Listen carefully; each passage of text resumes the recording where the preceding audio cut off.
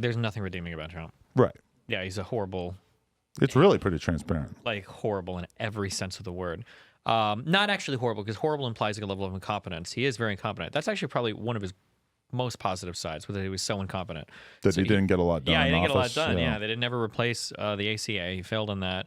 Didn't do much for his wall. You know, he did what he could do with executive powers, and he obviously got his Supreme Court picks. But he was otherwise, and then he got his big tax cut. For the most part, he didn't do much, which was I would consider to be a good thing. This is a Sam Harris talking point that he said a bunch of times, probably never been said on this podcast, is that he considers Osama bin Laden a more, admirable figure, because at least it seemed that Osama bin Laden had a real commitment to his ideals and was willing to sacrifice. Talking about the dude that for the blames and everything, right? Right, which obviously a very evil act. I'm not questioning that, but like the basic point is that he seemed very dedicated to his actual beliefs. Whereas with Donald Trump, there's really nothing that you could point to, like Islam, for him that is really governing his you could super point to something. decisions. He's just everything is about what benefits him. Yes, it's his ego. He's very egotistical. That's like what he is at the end Bin of Laden was willing to live in a fucking cave, basically, because he was so serious about his stupid beliefs. So some guy said that Bin Laden, who is a terrorist or horrible people, one of the worst people to ever live,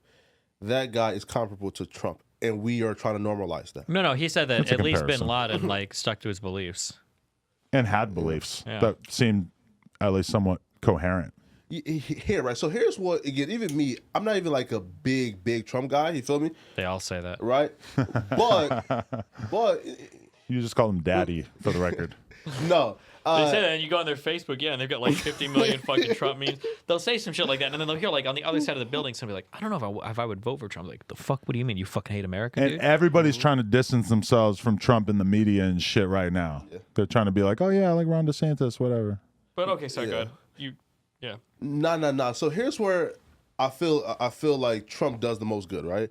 Is he brings out, like, for example, as a black man, and here's where I feel like most folks kind of fuck with Trump is not really for Trump, right? But Trump, when he came out, it forced a lot of my like closeted friends, right, who was kind of suspecting of nationalist white supremacists, it kind of forced them to come out and really rep they set.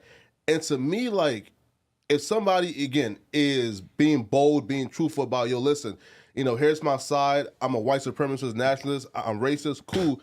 I feel like that's better. You're saying that he emboldened white supremacists. That's literally what his biggest critics say. No, right. But like, and here's why though. I feel like that's some good. I feel like that's better than the opposite end of the spectrum, whereas condescending liberals who are probably just as racist, but then they're coming as sheeps, as wolves in sheep clothing, right? Who are not trying to like co-opt our agenda. I feel like, again, but the bold white supremacists, Nick Fontes, Richard Spencer, they're much better to me than the opposite end of the spectrum, which is a liberal who is coming real coy, real sly, who is just as condescending, I think that's 100% true. I think over the last like 10 years, progressives and liberals have like lost their messaging on when it comes to black people or minorities in general, and they treat them like retarded children, and they need to fuck off with that because it's horrible. That's just a lesson they've got to learn. And I've heard that talking point from more and more minorities. And then you see people like Kanye West and Candace Owens talking about leaving the plantation and shit. Yeah. You saw the outrage from Bernie fans when black people weren't voting right. And it's like, well, they are uneducated. They just don't know better. It's like, bro, you need to work on your shit. You see? Right? Yeah, it's conservatives used to make this claim, and it was bullshit when they made it, but it's true now. They used to have this expression called the bigotry of low expectations. You ever heard that? Yeah. Where it's like, yeah, well, obviously black people can't do anything because they're special and they need our help with everything because they're fucking retarded. It's like, okay, now it's not exactly like that. Now, conservatives would say that progressives have always been like this or liberals have always been like this. I don't think that's true. But over the past several years, I think it's been pretty true. White people have a really hard time on the left talking about like minority issues intelligently, and then they make like a lot of really fucking stupid assumptions about minority communities. They treat them as way too monolithic, and they overlook like a lot of true problems and shit, and it just it drives me crazy. I'm around a lot of black people, realistically, a lot of salt of the earth, like normal black people, and I don't think that realistically, people who have probably been the most victimized by police brutality because they are fucking in gangs and shit.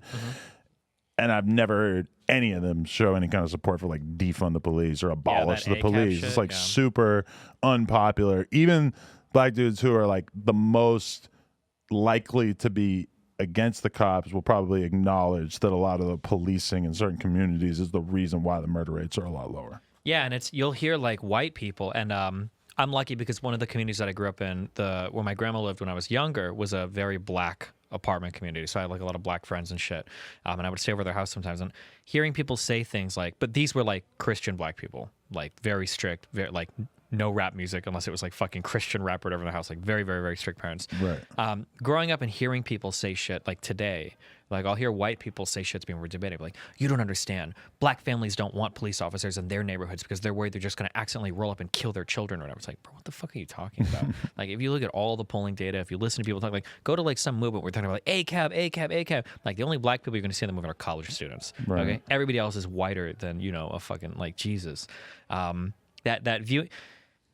I don't know how. I don't want to get too political, but like, Do it. it's funny when you go back to like people are very critical of it was 93 or 94, the big crime bill. Right. That everybody talks about is like, this is the worst crime bill ever, and this is what's destroying black communities. Only racists supported this.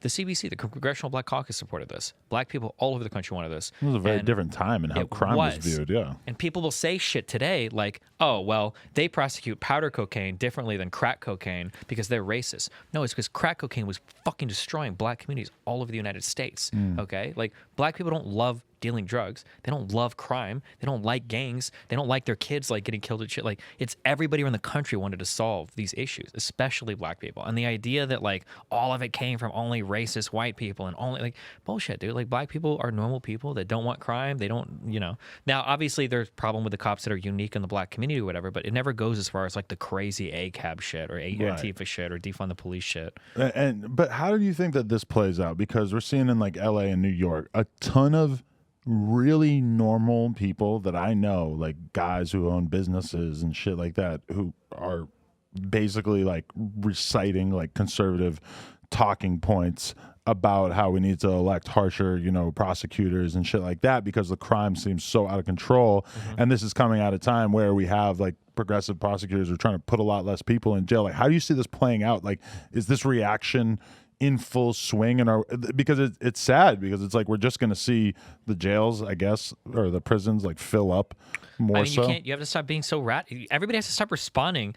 I always tell people like this when I argue with people, I'll be like, why the fuck are you so far over there? And they'll be like, well, dude, people on your side are crazy. And I was like, okay, I agree, but why do you have to be just as crazy on the opposite end? Like, I feel like I learned this when I was 16.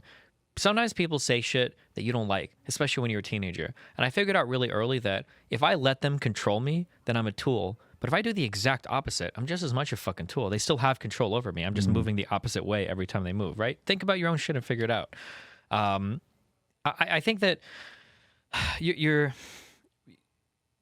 oh, fuck, where am I? We're in LA, right? Yeah. It was in San Francisco where they had that crazy fucking was it the DA who was like, I'm not going to lock people up who got fucking voted out? Because they're like, fuck you, dude. This shit is wild now. Yeah, and I think we're going to see that happen where if you want to be real soft on crime and you would be a nice dude and you want to arrest anybody, then eventually people are going to swing backwards like, fuck 3 strikes. We need 2 strikes. And then these motherfuckers are out of here.